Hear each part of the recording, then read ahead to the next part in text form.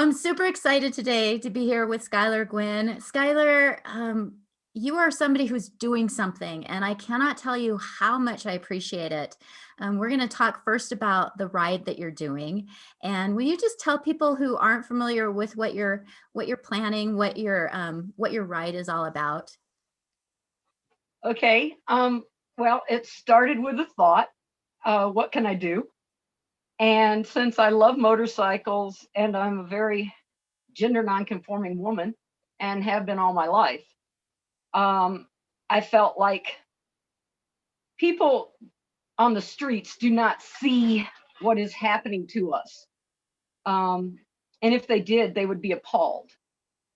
I've been on social media for some time, but frankly, not everybody's on social media. Mhm. Not everybody's on the internet, and they just don't know.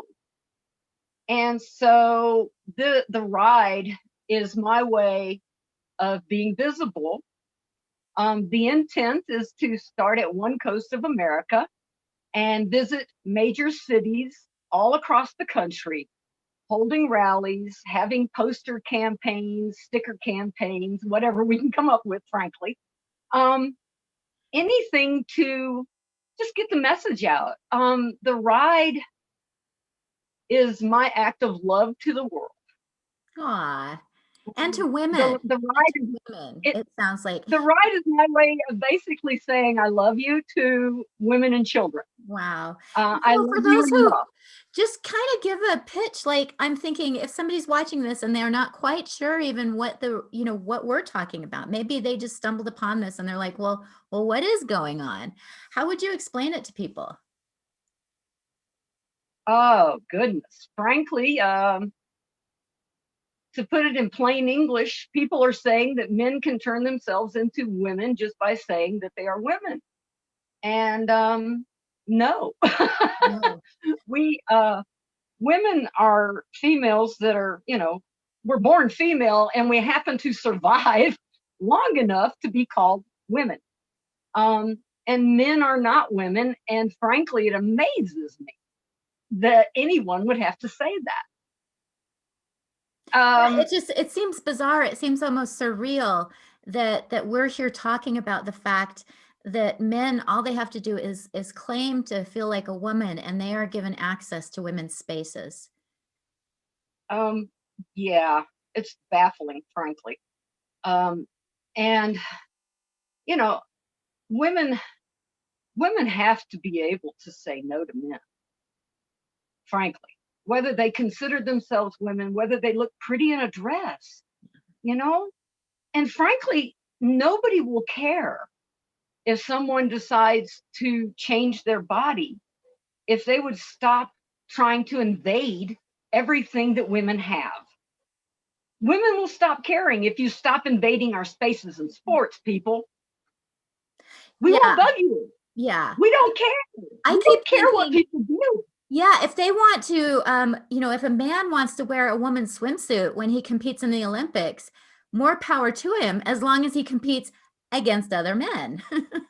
Uses the men's Exactly. locker rooms, uses the men's bathrooms. And so I think you're right that they're trying to invade our spaces in a way that is really trying to really undermine our It's boundaries. unacceptable. Mhm. It's unacceptable. They are trying to make that women saying no is hate. And that's misogyny 101. It is. It really is. I lived with that my whole life. I recognize misogyny 101. Women saying no and having boundaries is not hate, people. We have that right. You know, if we don't have boundaries, we're going to get raped, Mhm. you know, frankly. Um, and women having boundaries and saying no to men in our domestic violence shelters, our rape shelters. Frankly, as a rape survivor, I can tell you that if I knew for a fact there was going to be a man in a rape shelter, I'm not going there, people, No. because that won't be safe. Yeah, I That won't can't be even safe. imagine, also having survived rape, going into the shelter and being told that I have to be examined by a man who claims to be a woman. That would re-abuse. I mean, that would just to me be like an assault Being on raped top all of an over assault. again. Yeah. I It mean, would be like being raped all over again. mhm. Say it what it is. Yeah, yeah, it would You be. know, Yeah, it would be rape because it basically, would be and I wouldn't consent to this man doing a vaginal exam, and that's what would take place. And I'm being told that if I object to a man who claims to be a woman doing a vaginal exam, that I'm actually hateful and violent. And to me, I can't imagine telling that to someone who's just been raped. Like that that to me, is that is also gaslighting 101.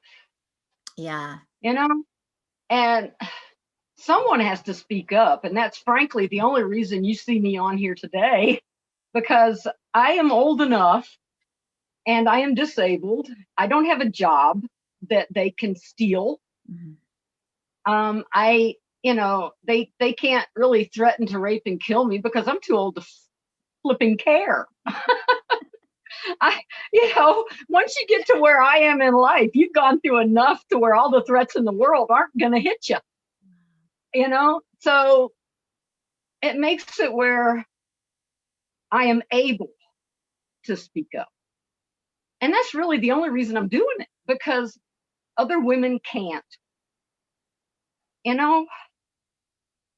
I don't, And to me, it's a really important way of rallying support, because as you go across the country, you're going to be raising awareness.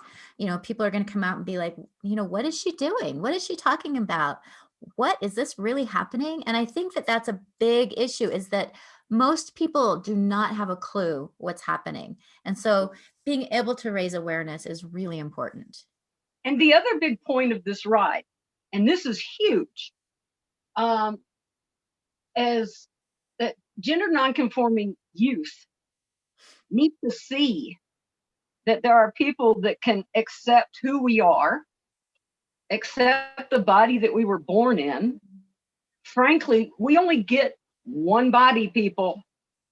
And if you take end of life cancer drugs that are prostate cancer drugs for men and stop your puberty, then your body does not finish growing. They are finding that bones are not growing the way they should. It slows down their mental growth. Basically, they are creating a generation of disabled people because they're putting them on these cancer drugs that they euphemistically call puberty blockers. Frankly, they were not approved for this, people. No. This is not approved. They are using a loophole. They are prescribing these off label.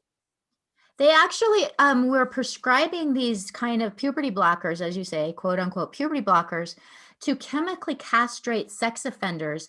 And they determined that there were too many side effects to use them in that manner.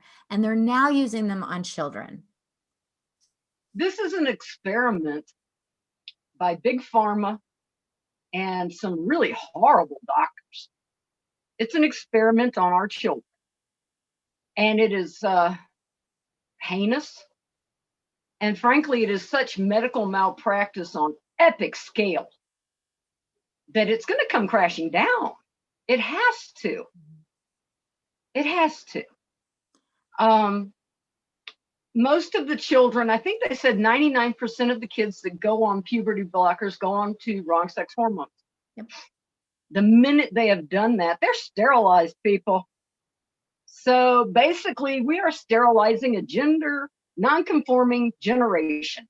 Many of these children who have suffered from trauma or autistic or have other underlying issues. And to me, it's like we're going after the most vulnerable children. And as you and I were talking about before we started recording, both of us would have been put on this path if we were children today. No doubt about it. Yeah, I gotta tell you, when I was a kid, my sister and I used to pretend to be like Batman and Robin and stuff like that. And I was always Robin. She was always the Catwoman. I also got into playing like I was Tarzan. And I remember when I was a kid, I was playing Tarzan and I was told I had to put a shirt on. And I thought, well, I want to be a boy because boys don't have to wear a shirt. Well, now girls are being told that they are boys if they Right. don't want to have to wear a shirt. So hang on a minute. There's something that popped up. Okay, something popped on my screen. No, you're Um, good. but basically, when I was a kid, I wanted to do all the things boys did, Well, and it I seems did them. so much more fun. At least when I was a kid, the toys that the boys played with were so much more interesting. They were so much more Right? fun. My brother had the coolest toys, and I had dolls. Like, what does a doll I did do? not. I was fortunate. I was lucky that my mom grew up being what she called a tomboy. Uh, so she always played just however she wanted. So I was fortunate that my mother did support me to play with GI Joes, Johnny Red Eagle rifles, ride horses. I played hardball. I wasn't into softball because it was squishy. I used to get hit a hard ball further than a football field, you know? And yet I couldn't play on the boys' team because I'm a girl. I had to play on the softball team. Right, So right. now we have all these great softball teams for women. But what happens when a boy decides he wants to play softball? Yeah, Oh, and by the way, we're gonna end up with boys sports and co-ed sports, and that's it. There will be yeah, no girls sports. there will be no girls' sports anymore. And anybody that can't see that is blind. Um, gosh, I had a thought and I lost it. It doesn't take much. Well, I was just curious, Oh, yeah. how did you get interested in all this? Because like you said, most people don't know what's going on. And those of us who do have, most of us really, it's just been within maybe the past 3, 4, 5 years that we've realized what's happening. So how did you come to understand what was going on? I came out as a lesbian. So you joined the LGBTQAI plus plus. Right.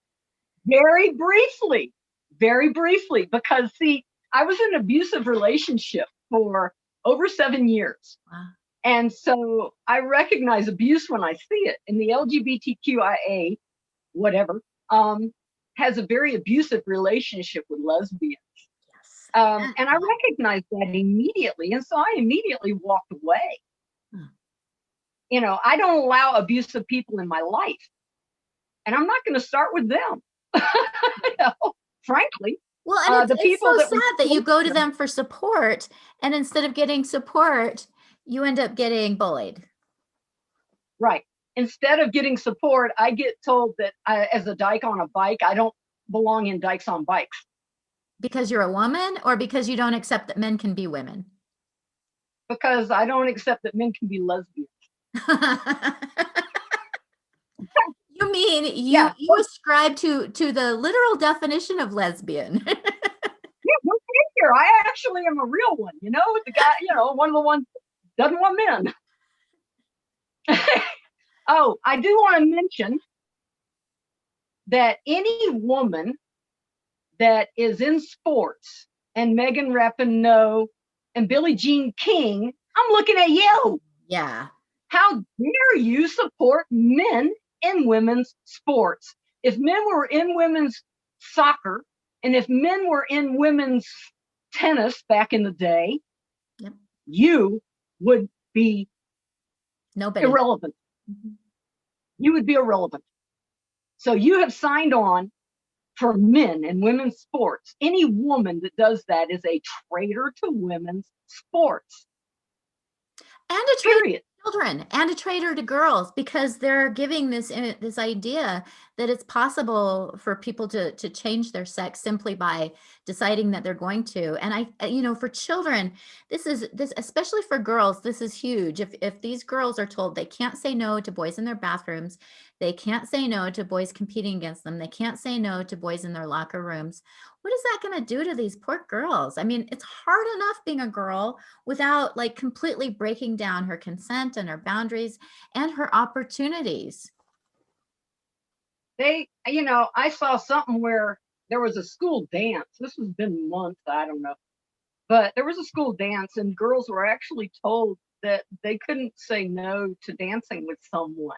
Whoa. Yeah. Wow. I'm telling you, this is a big push to say that women and girls cannot have boundaries. Mm-hmm. And women and girls are going to push back because we have boundaries and we're going to keep them. Thank you very much. you Yeah. know, Yeah. you know, this whole thing, frankly, the only reason it's gotten to this point is because of huge amounts of money. And big pharma's pockets are just getting deeper every day because every time they convince some poor child that they're the wrong sex, they're making more money, you know. And for This lifetime isn't for these kids, if they go on puberty blockers and then the wrong sex hormones, these kids are going to be medicalized for life because their normal sex organs are not going to produce the appropriate hormones for them. And so they're going to have to take synthetic hormones for the rest of their lives, whether they detransition or not. So the big pharma has tapped into this incredible market. well, the other problem is that if a woman takes testosterone, there have been articles I've seen that it causes their uterus and things like that to atrophy. And so these girls end up having to have complete hysterectomies. Frankly, I had a complete hysterectomy in my 40s, Mm. and it was horrendous. Yes. It was Same here. horrible. Yeah. Um, if you get a choice, don't do it. I Yeah, mean, don't do it. Yeah, if there's any option whatsoever, don't do it. Even in your 40s. I mean, it's just it's a such a profound surgery. And it changes everything. I mean, and I can't imagine a child doing that or a young woman doing that. And the impact that would have on her for the rest of her life. well, not to mention that they call it top surgery, and that makes it sound really innocent. Hmm. But what we are actually talking about are massive double mastectomies, Yes. amputating healthy body parts. Now, if a man walks into a doctor and says, I don't have my leg from the knee down, I need you to cut it off because I feel like I don't have this leg. But the doctor won't cut that leg off because that's medical malpractice. Right. And yet, if a girl walks into an office and says, um, I don't want these healthy breasts because I'm uncomfortable with them, they'll cut them off. Yeah, it's Medical outrageous. malpractice. Yeah, it's just incredible. And again, they're making so much money and they're making jokes about it. These doctors are they are actually, going out there and trying to recruit young women, teenagers and young women, so that they can make money off of this. And to me, it's There's just a woman on Instagram that advertises it. great. Yes, she's You just, know, yeah. So tell us about sort of some of the details of your ride. When do you think you're going to get started? Where are you going to go? And how can we support you? well, the plan is to start hopefully in Orlando. It Okay. was going to be Vermont, but one of our allies decided to not be an ally. So we have changed that. That happens.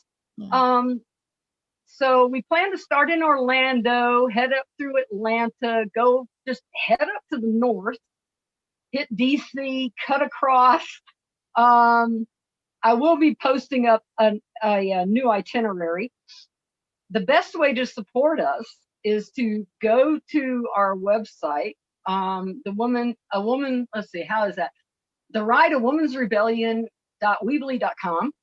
And I'll post a I'm not link to it in the description below. There are two different ways that you can financially help us.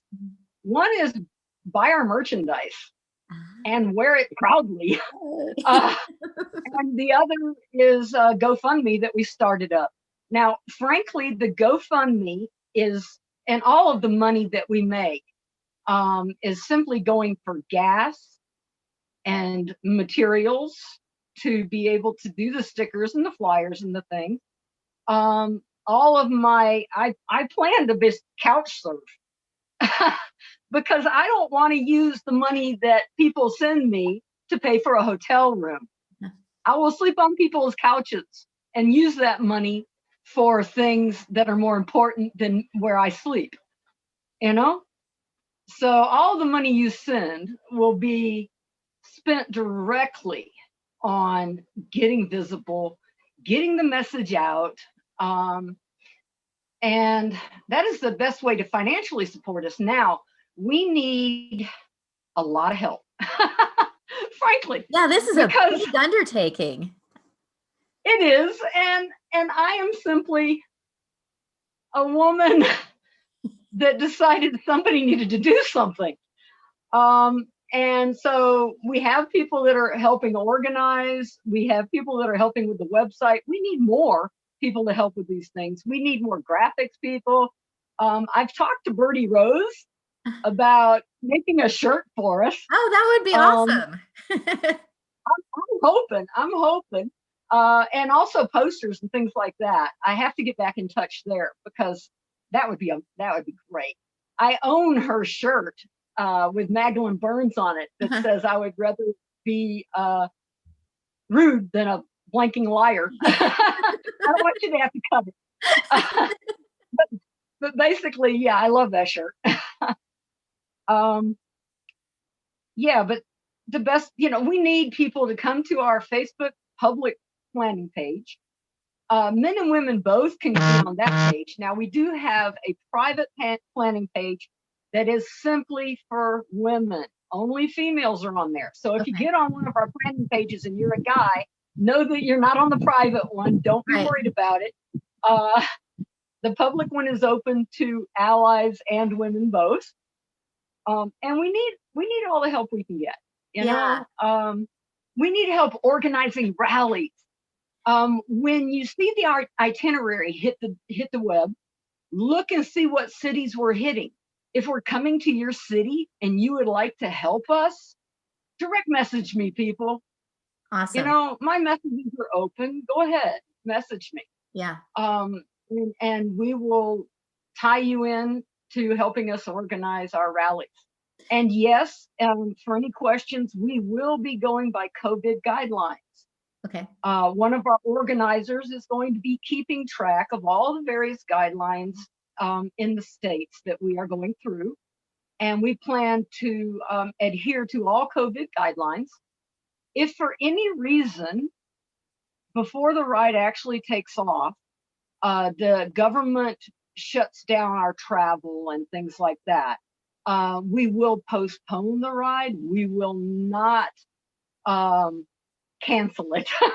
We will simply move it to when it is allowed. That's great. And do you have a tentative date for when you're going to start? Oh, yeah, sorry about that. Yeah, we do. June 1st. Okay, so coming up. That's actually really good because hopefully by then the COVID restrictions will be a little bit more lenient. It's hard to know for sure, but from what I'm hearing, June looks, and people can be outside so that they can attend without having, to be crammed into a building. So that's really, that's a great time. All of our rallies will be outdoors because it's much easier to work with COVID type guidelines. I do have a couple of really great masks. If you have to wear a mask, you might as well get a good one. Yeah, I wonder if we could, I mean, somehow I'm thinking like Partners for Ethical Care or the Women's Human Rights Campaign or Bertie, maybe somebody can come up with a mask specifically about this ride. That would be great. I would run with it. Yeah. Well, maybe I'll check out some contacts when we get done here and see what we can come up with. Hey, we need it. Honestly, it all started with just me wanting to make a difference. Yeah. And women and men both have been stepping up to help me do so. What you will end up seeing will be a product of immense amounts of work by a lot of people. And hopefully, I would really love it if people will join me on this ride. We need support cars. Hey, anybody that wants to help, we need support cars, people. Okay, that's good to know. yeah. And anybody that wants to join us either in a car or on a motorcycle, join us, you know, Yeah, it makes me because want to learn how to ride a motorcycle, in all honesty. Just so I could I join would be you. happy to put you on the back of mine. I bought a big enough one now. Love that. I can do that now. Um, God, I keep losing my train of thought today. I hate that. Well, and how many days But do you think you're going to be like, or weeks, I guess? How long are you going to be out on the road? frankly, I have no idea. Okay. I frankly have no idea because I'm going to have to schedule downtime. I am autistic. Hmm. I have ADHD and I do have extreme PTSD. So I will have to be scheduling downtime. This is frankly the hardest thing I've ever done in my life, and I've done some very hard things. Yeah. Um, but this is very difficult. Um, but it's vital because, as Storm said, the butch lesbian that actually started the Stonewall riots, she said, "Why didn't somebody do something? Why don't Right. you do something?" That Right. was around and shouted, "Why don't you do something?" Yeah, and that's actually where I think a lot of us are coming from is we don't want to be the ones who are sitting back and waiting for somebody else to do something when this is horrific. I mean, what's happening, there are so many layers on which is horrific. And any one of those is enough that people should be motivated to stand up and say, this is not okay.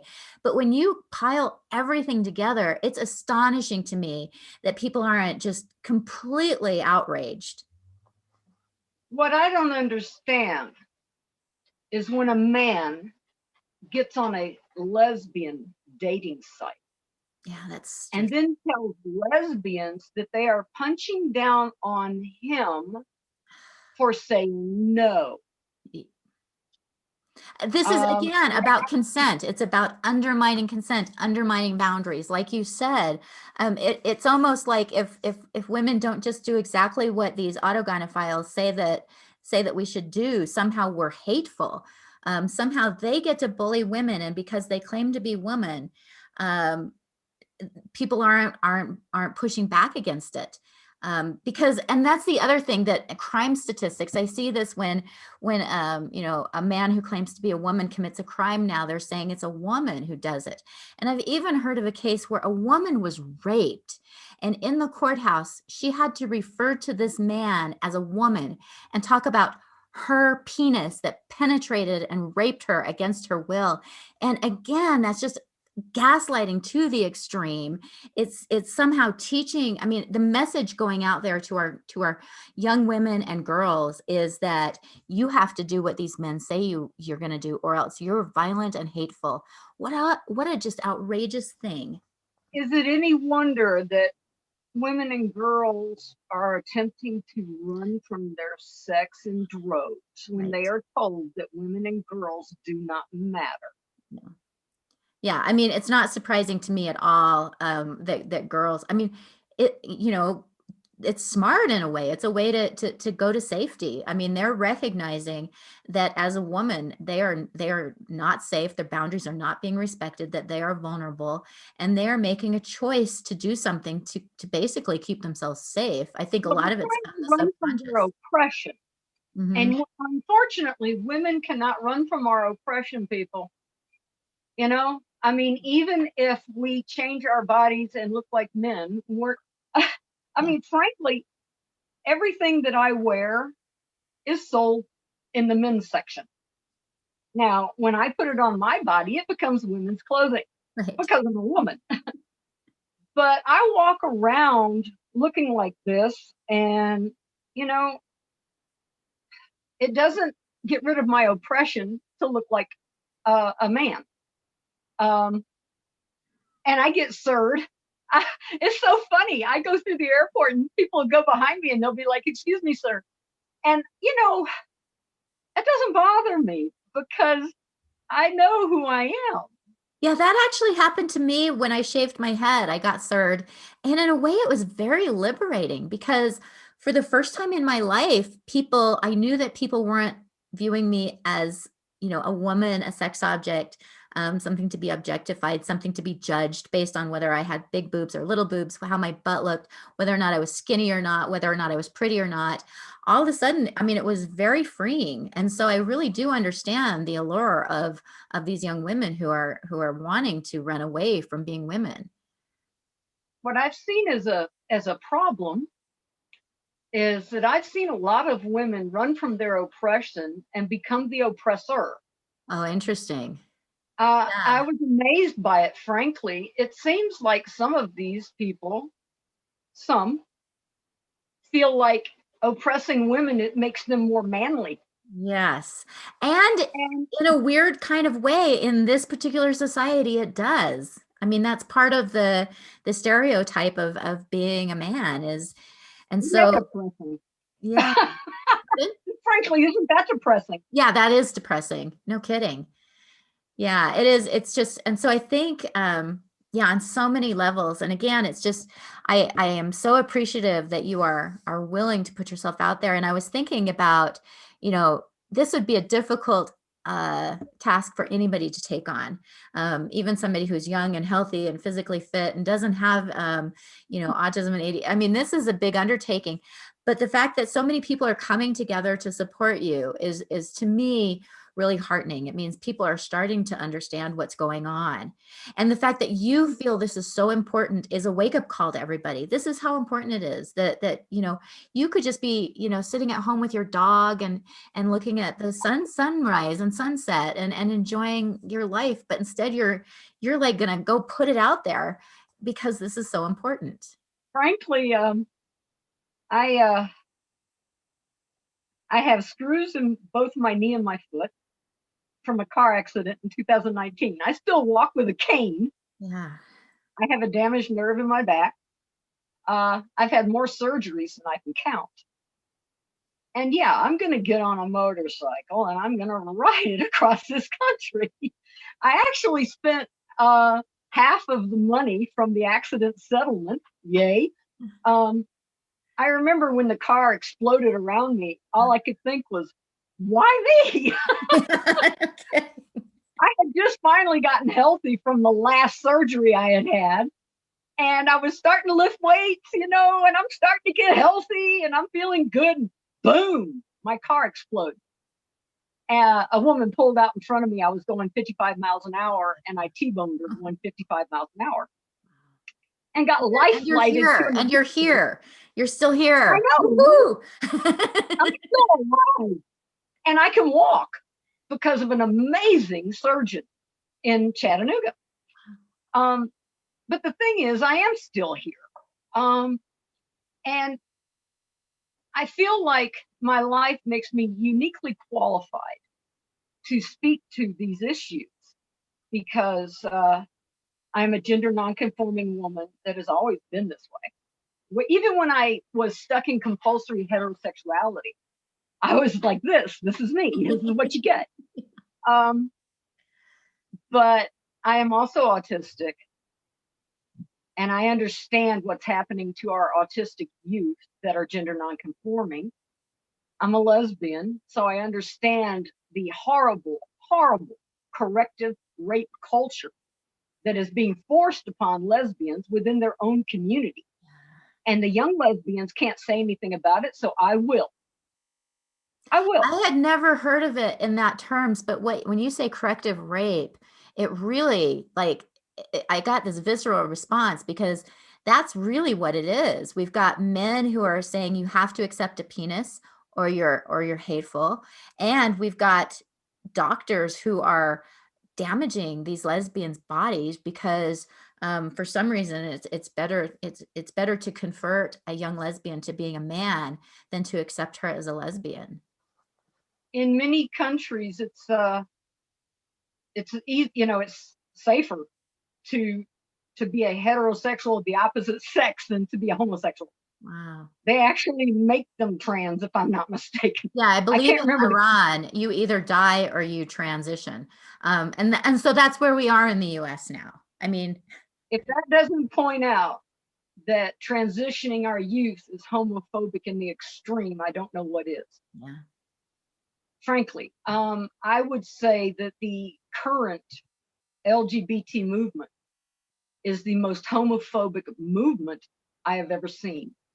I feel personally that the TQ plus has taken over, completely captured the LGB movement, and now they are using LGBs to force, well, frankly, a cult.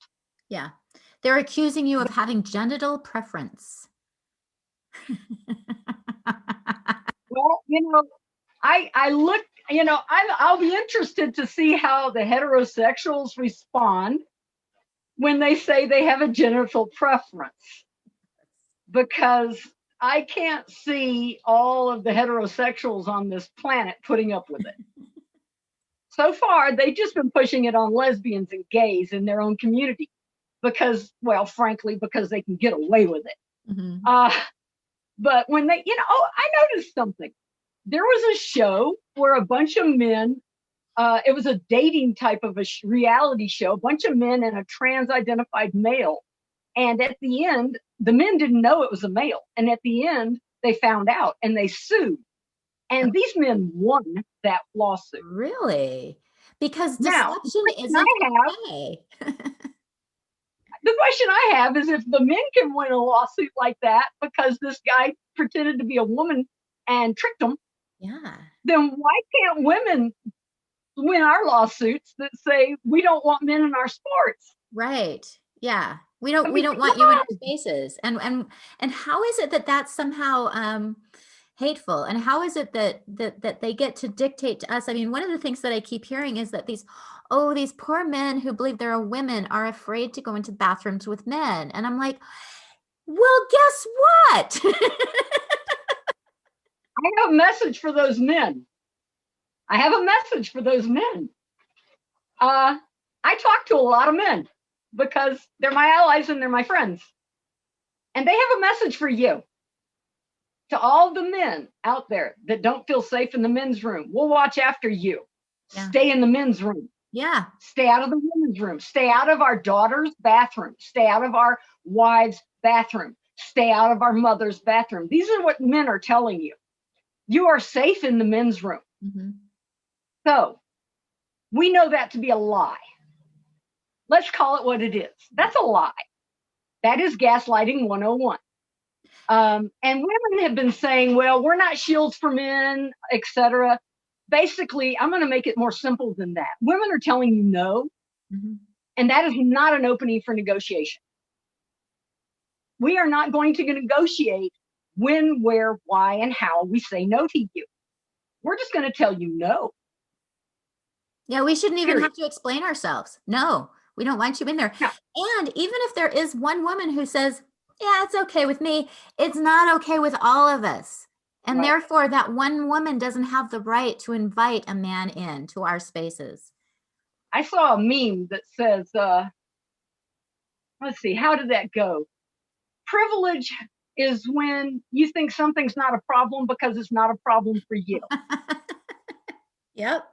So I would say to any woman that doesn't have a problem with a man in her shower, there are women that have been raped. Yep. That part of a male's anatomy has been used as a weapon against us. Yeah. We don't want to see that part of a male's anatomy ever again. And we have that right. We have a right to say no to that. And can you talk a little bit about the PTSD? Because if you're anything like me and other rape survivors, like you said, when we see a penis, we don't see, a soft little body part. We see a weapon. We see something that violated us to the core. And if you're anything like me, it is a visceral response. The idea that a man could come in and shower next to me, and that if I complain, I'm going to be the one who's considered hateful and potentially vilified. Right. It's like we don't have a right to have boundaries. I mean, why would women have a right to have boundaries? I do have PTSD. Actually, my PTSD is strong enough that I'm disabled by it. And that's one of the reasons I have a therapy dog, which I have to leave at home for this ride. So frankly, any of you that have animals, yeah, share. When I come to visit you, I'm going to need some good animal loving. Um, yeah, it's hard to explain. I did mention it on the Graham interview, and I think it's a very appropriate analogy. And so I will say it again. If men out there would just visualize if a woman walked up to him and shot him in the dick with a Glock, because to me that's what rape is. They have just used a weapon against you in your vagina. So if a man gets shot in the dick by a woman with a Glock and he's standing in his shower and a woman walks in with a Glock, Yeah. is he going to talk to this woman? I was actually told to talk to a man that walked into my shower. Or is he going to disarm her? Frankly, Or panic. I mean, or or run. potentially like fall into a fetal position in complete and utter fear. I mean, There that's are there are a lot of different types of a flight response.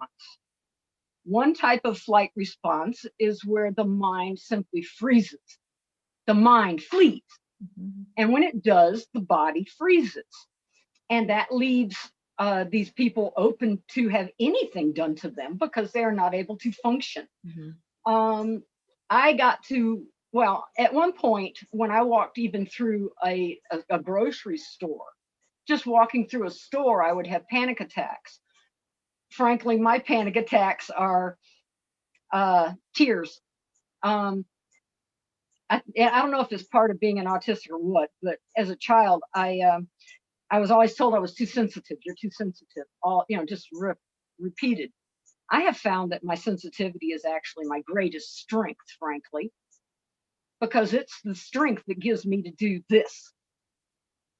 You know, people call us weak because we have PTSD. I would say that I am stronger than almost any person out here, simply by the fact that I am still alive. Mhm.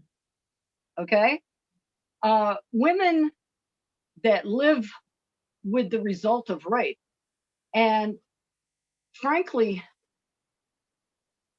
it's like 1 in 3. You know, and I never reported one. I never reported one rape. I can't count how many times, and I never reported one. The stats are skewed, people, because women aren't going to tell you.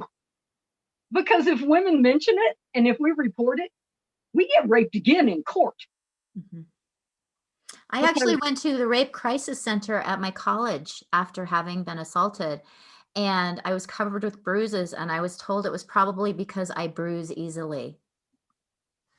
I mean, that's the kind of response that women get when they do report it. so I would say to all the women out there that have been raped, you are not alone. Mm-mm. And you are not just a victim. And you are not just a survivor. You become a warrior. Stand Up International. I want to make a shout out to Stand Up International. That is women that are empowering women that have been raped, beaten, or abused. They're giving them a voice. Good. They helped give me a voice, Frank. And This this is is a not way easy. for women to draw back their power, to say, no way are you coming into our safe spaces. This is a way for you to use that, the hurt and the anger and all that, just ickiness that's inside after being treated that way. This is a way to use it productively, to stand up for other women so that they don't have to endure these kind of boundaries being broken down. And like you said, again, I had never thought of that before, but a very classic PTSD response is to freeze. And so if you have a woman who's suffering from PTSD and a guy walks into her safe space and she freezes, she's incredibly vulnerable to an attack right there. She's been told she can't complain. She's been told if she says anything that she's hateful, and she's freezing because she's suffering from PTSD. That woman is such a target. That woman is so vulnerable. So if you're really interested in standing up for vulnerable people, this is a movement that you need to get involved in. Well, I would ask that people stop being so concerned about vulnerable men and start being concerned about vulnerable women, Yeah. Yeah. frankly. Yeah, the men can rally around, as you said. The vulnerable men can be rallied around by men, and men can, make a commitment to protect vulnerable men in men's spaces. That's something that men can do. But as women, we need to protect other women. As women, we need to just keep them out of our spaces, and the men need to fix the men's rooms. Yeah. Well, and it's Yeah, interesting. I've never actually heard of a man who was assaulted in a men's bathroom for wearing a dress. I've never heard of that before. I have not I know either. that there was one time where I accidentally walked into a men's room. I just completely me not paying attention and walked into the wrong bathroom. The guys were upset, but they didn't attack me. They were just like they were very concerned. And I'm sure that if a man in a dress walked in, there might be some men who are a little uncomfortable, but I don't think that those men are going to be more vulnerable than women are in women's spaces with any guy who can just claim to be a woman. And that's the crux of it too, is that this is all about just a man saying, I feel like a woman. I bet you do, buddy. I keep trying to figure out what the hell they feel that they think is I was feeling. going to ask you, Skylar, what does it feel like to be a woman? Uh, Not comfortable at this point, I'll tell you that. Oh, being that I do have a memory of a gnat, I do want to cover something before I forget. And that is, I will be at an action in Washington, D.C. on the 8th. Women Picket DC is going to be an action by women for women. And And that's March 8th. that's March 8th. Women Picket DC is the name of it. They're going to have a website up. They're working on it right now. Frankly, they had the idea and it took off so fast, kind of like a ride. You know what I think is going on is that the world is really thirsty for people to speak up. They're just really thirsty for anyone that is courageous enough to speak up in the face of all of the violent threats and whatever that we get. Yeah. So I just wanted to mention that we are going to do that. Keep an eye out. I will, the minute I get a link to this function, I will be posting it up to my social medias. Because yeah, I'm going to be there. And I was wondering, as we wrap this up, would you be willing to interview while you're on your ride and just do an update? Let us know how you're doing. Oh yes, definitely. Plus, we are going to make a documentary of the Oh, rock. awesome. Okay, very good. And And we I will don't be know if you're coming posting. to my neck of the woods. I'm sort of in a very isolated area up here in northern Utah, but if you come anywhere near here, I'll make an effort to come and see you and maybe ride part of the on the back of your Fly motorcycle. you down and you can catch with us or connect with us or something. I don't Yeah. think I'm going to Utah. Yeah. I'm going to be going across the north and then cutting across the Midwest down through Vegas over to Frisco and up the coast. All right. Well, maybe I'll catch you at one of those places, depending on what COVID is doing. I may be able to come out and meet you in person. I would love that opportunity. That would be great. And yeah, we survived another interview. Yeah, Skylar, you did great. I just feel so honored to be talking to you, and I thank you so much for these efforts. I know that, you're probably looking in the mirror and thinking, "Why I'm the most unlikely person to be doing this," but because of that, you're just such an inspiration to so many of us. So thank you.